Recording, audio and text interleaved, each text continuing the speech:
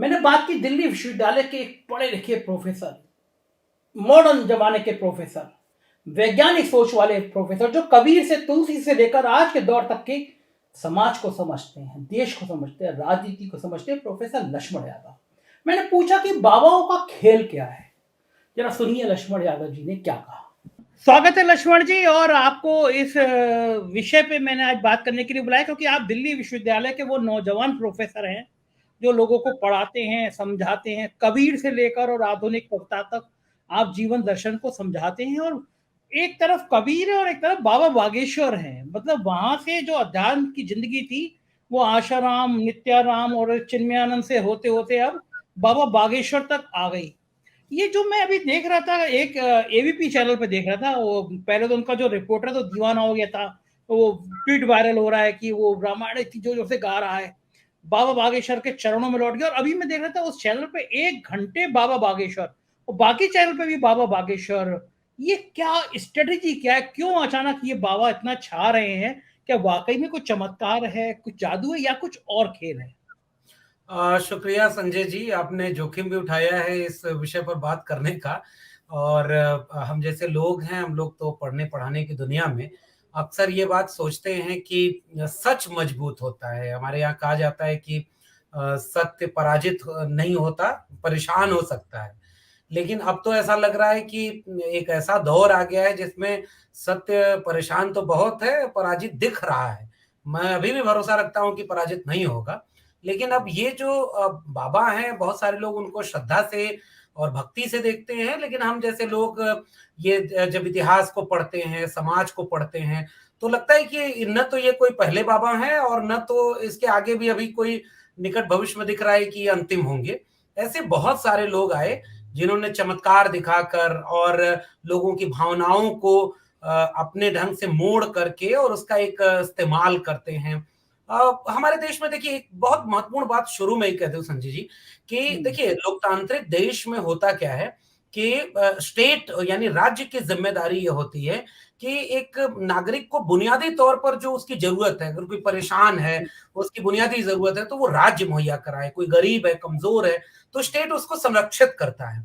तो वो स्टेट से और अपने डेमोक्रेटिक वैल्यूज से संरक्षित होता है।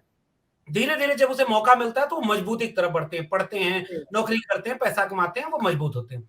लेकिन जब स्टेट अपनी भूमिका कम करता जाए तो एक बहुत बड़ा तबका ऐसे लोगों का बन जाता है जो आर्थिक, सामाजिक और सांस्कृतिक रूप से बहुत कमजोर है।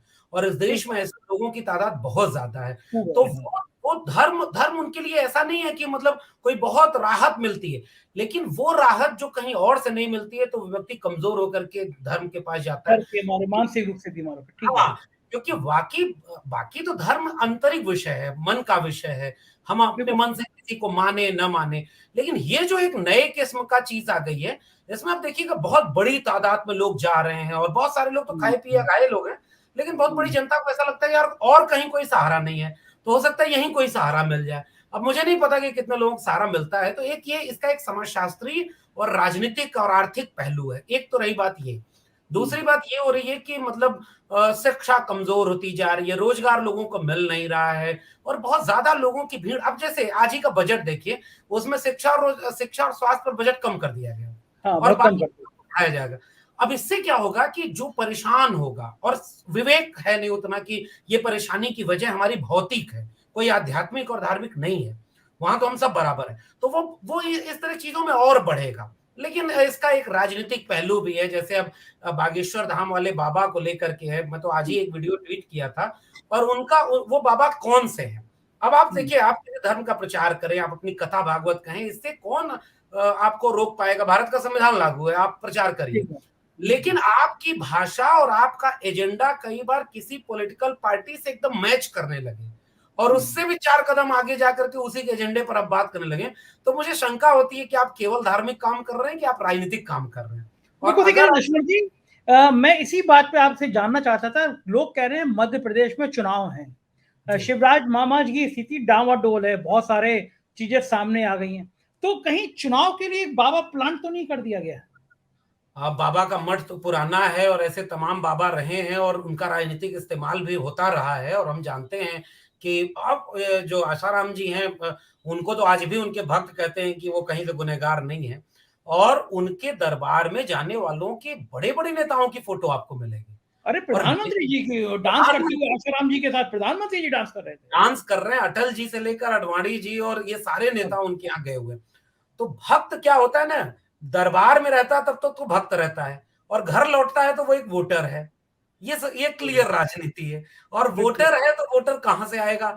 भाई अब बागेश्वर धाम वाले बाबा जैसे ही बोले कि अखंड भारत बनाना है, हिंदू राष्ट्र बनाना है, हिंदू राष्ट्र बनाना। हिंदू राष्ट्र बनाना, सीधे पॉलिटिकल क्लियर लाइन है, उनको हिंदू राष्ट्र बनाना है। और वो सीधे सीधे ये कह रहे हैं कि हम जो सनातन धर्म, हिंदू धर्म, और ये सारी भाषा मैच कर रही है पॉलिटिकल पार्टी से।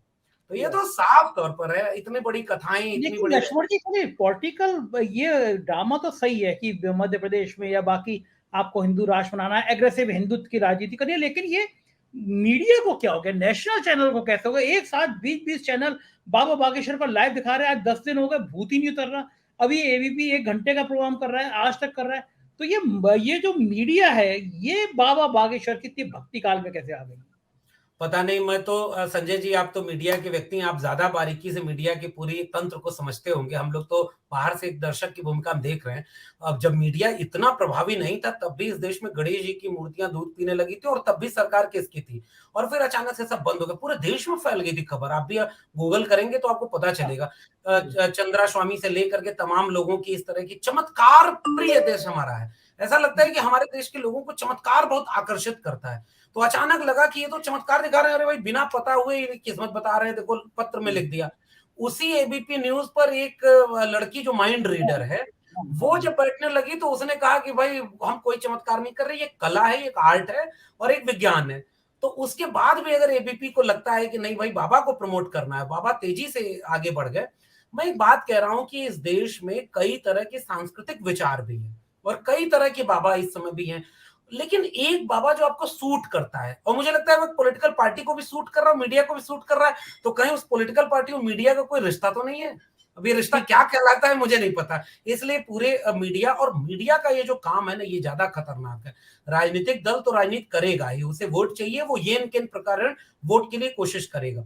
लेकिन अगर मीडिया इसे दिखाने लगेगा, तो मीडिया न्यूट्रल इमेज रखता है। आज भी अखबार में किसी का लेख छप जाए, टीवी पर कोई दिख जाए, तो वो बहुत बड़ी चीज है देश के गांव कस्बों के लिए। और गांव में लोग अभी इतना नहीं जानते हो। राहुल गांधी का बयान, पीछे से आलू आगे से सोना, इस पे भी लोग मानते हैं कि सही करें। गांधी को लेकर अफवाहें हैं, नेहरू के लेकर अफवाहें हैं, उसका जो काउंटर नैरेटिव वो नहीं गया, झूठ चला गया, अंधविश्वास चला गया।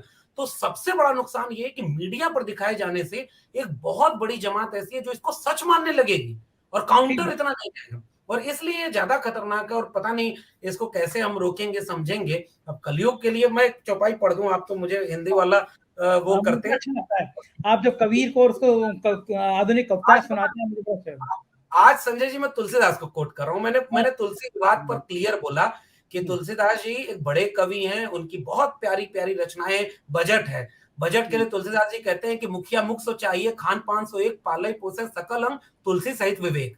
तो वो एक हमारी हिंदी थाती है। हिंदी हिंदी का पूरा रूपांतर बता दीजिए, दर्शक कंफ्यूज जाएंगे नहीं तो। मुखिया ऐसा होना चाहिए जो मुख की तरह हो, शरीर में जैसे मुख होता है, अन्न मिलता है केवल मुख को, लेकिन मुख उसको सबको इक्वल डिस्ट्रीब्यूट करता है, जिन जिन अंगों को जितनी जरूरत है उसे वो उतना देता है। और इस तरह से मुखिया होना चाहिए। लेकिन हमारे यहाँ ऐसा नहीं है कि बारिश कहीं हो, बादल कहीं से पानी ले रहा हो। तो राजा ऐसा होना चाहिए। बहुत सारी चीजें राजा के लिए कही है कि आपके राज्य में कोई दुखी नहीं हो सकता, और ये सब तो तुलसीदास अच्छे हैं। उन्होंने कवितावली में कलयुग वर्णन में लिखा है, मारक सोई जा जो कोई बावा, पंडित सोई जो गाल बजावा, और मिथ्यारंभ दम भरत जोई, ताकौ संत कहाई सब कोई, जो कह झूठ मस्खरी जाना, कलयुग सोई गुणवंत बखाना। झूठ बोलने में आप माहिर हैं, मस्खरी करने में माहिर हैं, और चमत्कार करने में माहिर हैं, तो आपको ही विद्वान समझा जाएगा। कबीर तुलसीदास कह रहे हैं ऐसा भी कलयुग आएगा। मैं उम्मीद करता हूं कि ये जो अंधविश्वास की तरफ बहुत तेजी से लोगों को ले जाना, भाई मैं कह रहा हूं कि कबीर के पास भी अपने एक राम थे, कबीर भी मानते थे तमाम चीजों को, तुलसी अपने राम को जो मानते थे, तुलसी कह रहे हैं कि ब्रह्म राम ते नाम बड़ बरदायक बरदान, और निर्गुण ते बात बड़ नाम प्रभाव उपार, कहो नाम बड़ राम से निज विचार अनुसार। वो अपने राम को इतना प्यारा मानते थे, और कहते थे मांग के खइबो मसीद में सोइबो। तुलसी के पढ़ करके भी कोई दंगाई नहीं बन सकता, लेकिन लोग उसका इस्तेमाल कर रहे हैं।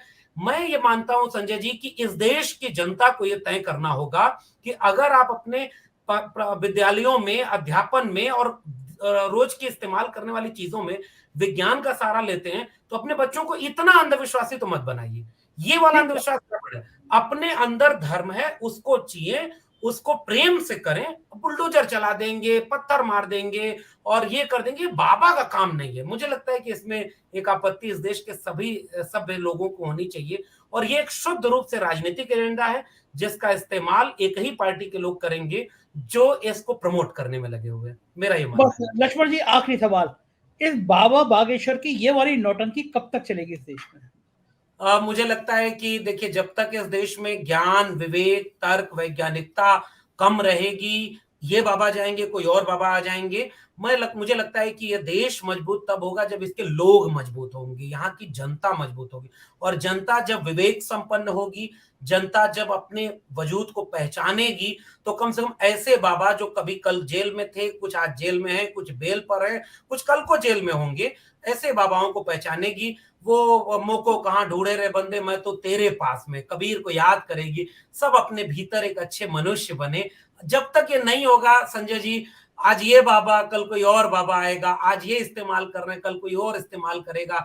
वो पैसा भी इस्तेमाल करेंगे, वो आपके विश्वास और आस्था का भी इस्तेमाल करेंगे, और फिर उन सब का इस्तेमाल एक पॉलिटिकल पार्टी करेगी। Political party. अगर चेतना बढ़ेगी, समझदारी बढ़ेगी, तभी मुझे लगता है कि इन सबको रोका जाएगा। इसमें थोड़ा वक्त लगेगा। जी, बहुत बहुत शुक्रिया लक्ष्मण जी, आपने इतनी ज्ञान वाली बातें करी, और आप एक इतने नौजवान प्रोफेसर हैं, वो भी दिल्ली विश्वविद्यालय में, तो आपका संदेश बहुत दूर तक जाएगा, देश आपको बहुत सुनता है। शुक्रिया, बहुत थैंक यू। बहुत धन्यवाद।